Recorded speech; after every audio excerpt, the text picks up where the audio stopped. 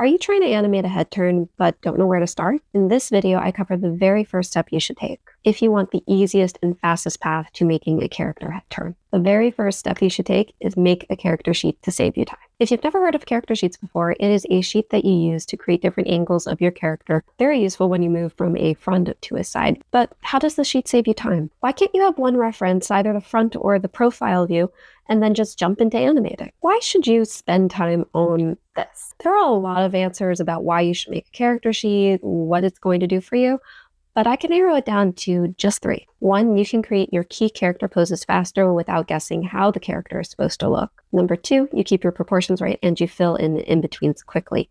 And proportions are a big hassle when you are trying to animate anything. But number three is the most useful, and this is the sheet that you use to make sure that your character is still looking right.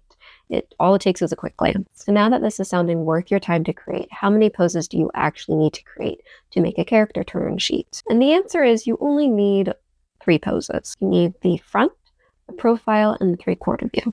And if you are doing a full 360 head turn, then you'll also need the back, so that's 4. So now you come up to the fun step. You get to create your character, and all you have to do is grab a pen and paper, or a tablet if you're like me, and you start creating a character that you want to animate, right? There are a few tricks that I can give you so that it makes it a little bit easier and a little bit faster. So the easiest way to quickly create your character and also keep in mind how the proportions are working, you're going to want to boil your character down to the most basic shapes once you know what your character is.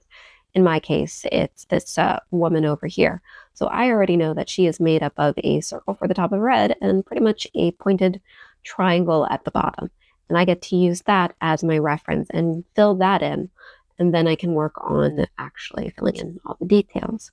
Another trick to keep your character looking the same as you're creating these different angles for them is you're going to want to draw lines. And this way you can show where the eyes are so they all line up, where the nose is, where the mouth is, where the bottom of the head is, where the top of the head is, any accessories like hats. You can line them all up using lines. You will have to adjust a little bit. For instance, when you're in your front view, that's what it's called. When you're in your front view, the head is going to be a little bit more forward than if it's to the side, for instance, because then it's getting turned back. So the proportions might be that your eyes are a little bigger, not really so much. Don't go too extreme, but the eyes might be down a little bit because you're closer to the camera. Or maybe the chin is dropped a little bit or it's raised a little bit. It just all depends on how you're handling that, if that makes sense.